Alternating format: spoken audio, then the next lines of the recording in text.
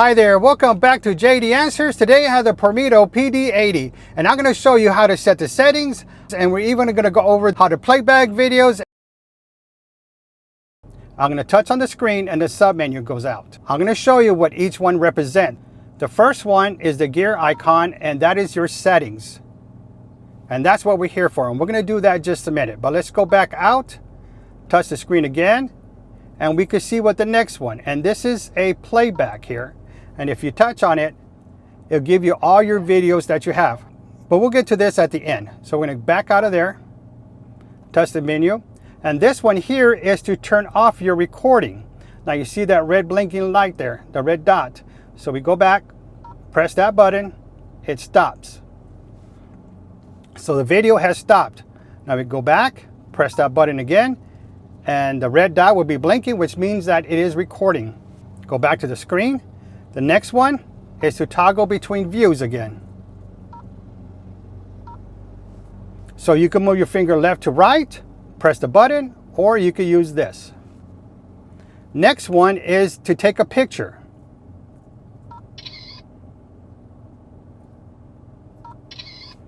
There you go. And the next one to the right is the emergency lock. So let's see that red dot blinking. There you go. It's emergency lock. So now it's recording. All right, now let's get into the settings. So we're going to hit the gear icon, and we're inside the settings. And the first one on the top is your storage. This is a 64 gigabyte micro SD card. The maximum you could put in this is 128. I recommend getting the 128 gigabyte. That way you got more room for your lock files and loop recording. Now there's an arrow to the right, so if you click on that, it lets you know what is the status of your memory card. Right now you got 36 gigabytes of videos, 36 megabytes of images, which is your photos, other 0. Your capacity is 58.5. So that is your capacity of your micro SD card. Now, if you need to format your micro SD card, you can press that button. And then of course the message comes out, make sure you resave anything. If not, it's all going to be deleted. Now, when you do this, you will erase all your lock files and your loop recordings. So if you need to save anything, make sure you do that at that time. So we're going to go ahead and hit back because we do not want to format this micro SD card because it has items in there that I want to show you. So when we get back out of there, the next one down is your resolution. You could go to 2K for the front or 1080p. Well, I'm going to keep mine on 2K. Next one down is your loop recording. You got 1 minute, 3 minute, or 5 minute loop recordings. Well, I always like to keep mine on 5 minutes. If I need to go back on a 15-minute span, I only got to go through 3 videos rather than 5 3-minute videos. Now, loop recording is the dashcam will automatically delete the oldest video so it could start recording a new video. Okay, next is your sound record. So this is everything inside your vehicle that's recording everything inside your cabin. You could turn that off. And I'm going to turn the camera to the side because I want you to notice something there. Notice this icon here, how it has a microphone with a line through it. And I'm going to turn it back on, and you see that line disappears. So if you ever see that with the line through it, that means there's no audio inside the cabin. Now, it's your preference on what you want to do. I'm going to leave mine on because if I'm in an accident, they go to my window, I could have them recorded admitting that they hit me. All right, I'm going to move up. And your G sensor, you can set this to off, low, middle, or high. The G sensor is when you're in an accident, the G sensor will automatically lock that current video, would not be deleted by loop recording. But the more lock files you have, the less room you have for loop recording. Now, for more information on loop recording on G sensor, I put a link in the description down below. Now, this has value information for dashcam users. I'm going to set mine on low. That way I don't get every part breaking, speed bump, potholes. I'm not going to capture all that, only what is necessary. Next one is parking mode. And we're going to click on that one. And again, you have your sensitivity. You have it to off to turn off the sensitivity, low, middle, or high.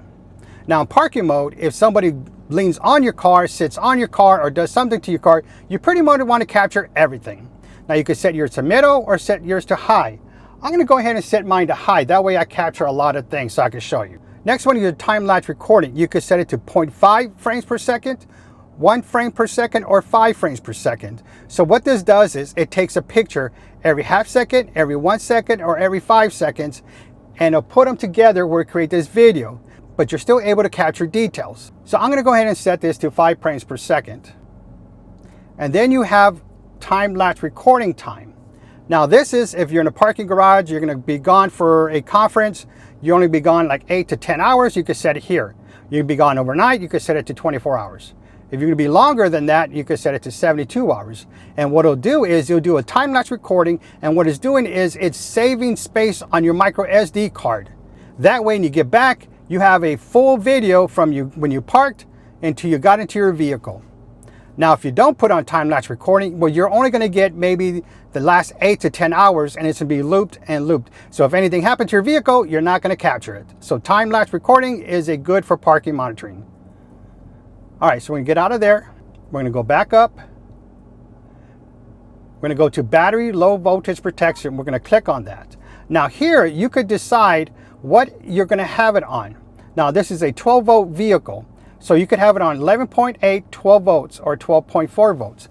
Since this dashcam has a hardwire connected to the fuse box to ensure you get parking mode, your dashcam's going to continue to be on. However, when it reaches a certain voltage, like 11.8, well, it's going to turn off your dashcam and save your battery. So next time you get in your car, you're able to start it. It's your preference of what you want to do, but I'm going to set it actually on 12 volts. If you have a 24 volt vehicle, you could set it here as well. I don't, so I'm going to get back out of there.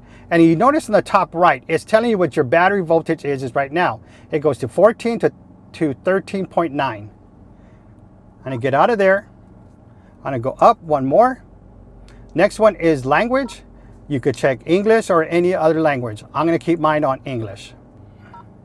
Next one is date and time. You could set it automatically through your GPS. If you want 24-hour, you could do that there. I don't. I'm going to take that off. And your time zone, you could choose whichever one you want. I'm going to keep mine on the default and get back out of there. I'm going to scroll down more. And if you have daylight saving time at the moment, you could do that. All right, I'm going to keep it the way it is and get out. Next one is your display mode. You could click on that. Now you could have it on automatically shut down. And when you start your vehicle, you're not going to see anything on your rear view mirror. You're just going to use it as a regular. It's still recording, but you don't have any of this on there. Or you can have the screen is always on, which I'm going to choose. Or you can have a screensaver mode, which after a while, it'll just turn black. All right, getting out of there. Next is your brightness. You can set it low, middle, or high. I'm going to keep it on high. Volume for all your buttons you're using, I'm going to put mine on middle. And let me show you when you put it off. You don't hear anything. You see that? You don't hear anything. So I'll put back on middle. And now you hear the beeps again. I'm going to go down one more. GPS information. If you have color in your lines, that means it's working. If it's all white, that means it's not working. So we're good there. So we're going to get out of there. Next one is your speed unit. You can have kilometers per hour or miles per hour. Well, I'm going to keep mine on miles per hour. I live in the US. Next one is your screen display. Well, I'm going to use this as a rear view mirror, so I'm going to keep this on rear. That way the rear camera is always on. Going to get out of there. And then you got rear flip. So what this does is if you click on this, and we're going to turn it on. Okay, we're just going to turn it on. Now we're going to go back to the main screen, and you can see how the screen is upside down. You see that? So now let's get back into the settings. We're going to go back to rear flip, click on that, go back, and the image is right side up. For the next one, I want you to pay attention to this vehicle over here, this burgundy vehicle. We're going to go back into our settings because we're going to go to the next one.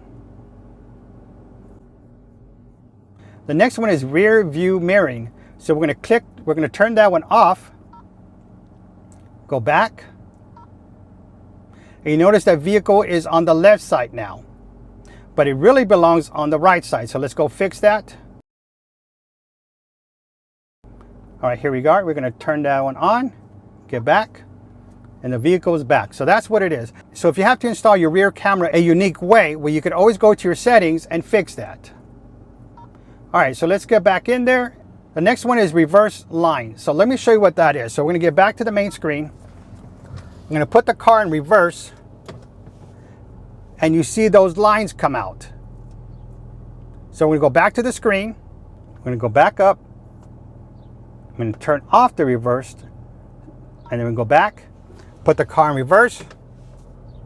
You saw it flicker to go into reverse mode, but there's no line. So it's up to you if you want them. I'm going to go back to the gear. All right, so I'm back here. I'm going to turn on reverse line. Next one is restore factory settings. And this will put your dash cam back to the original way it came from the factory. I'm not going to do that. We just reset a lot of these settings. So I'm going to hit no. All right, next one is about model version. I'm going to click on that one.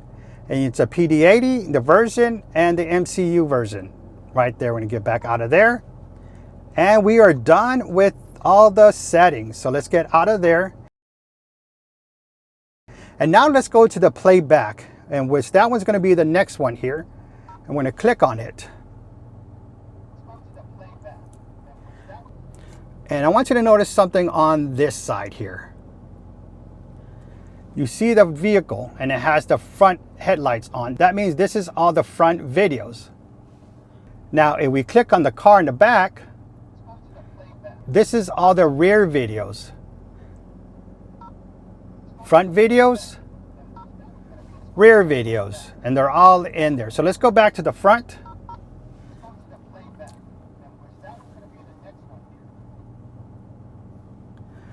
So you could toggle to all your videos you have, and you could just select one.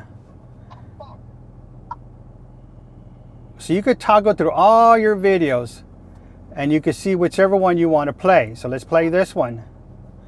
And you could see where I was at work, at lunch, and you could play it, and it'll go all the stuff in there. So let's go down a little bit more. And you can see where I'm driving, and you can fast forward it. You can rewind it. There you go. See where you could get all your videos. Now, say you want to delete that one. All you have to do is hit this delete button, and you could select which one you want. You could select them all or just that one. We're going to select that one and delete it. Delete this video or not. We're going to hit yes, delete it, and that video is gone. And there's one at my son's school. Let's see where I'm driving. There you go. So that's one where I'm driving. Now we have this select button on the side. Now if you click on it, you have all of them are selected, and then you could do whatever you want. You want to delete them or play them. It's up to you what you want to do. So that's just a select button. And let's go to the rear video of this one here, and you can see where I'm at here. This is a reverse now. Again, you could go to whichever one you want, click on it, and you got the reverse there. And look at the video quality. It's really good out there. Now we're going to move over to the left. And here, this is our normal video. So that's what we're in right now. And we're going to click on the lock one here. This is your lock videos. And you can see where I was installing this one, and you see that's on the top. Now again, we could go through whichever one we want. And we have one when I'm talking here, now where I did a lock video. So that was our it. Again, we could click the front, and there you go. It's all the front videos of that one. And again, you could forward or rewind, or pause. Now the next one over here are your photos. And these are all ones we took. Again, we could click on the reverse one, and it'll have the other side too of your photo. So when it takes a photo, it takes the front and back. So that's how you play your videos on there. So let's get out of there.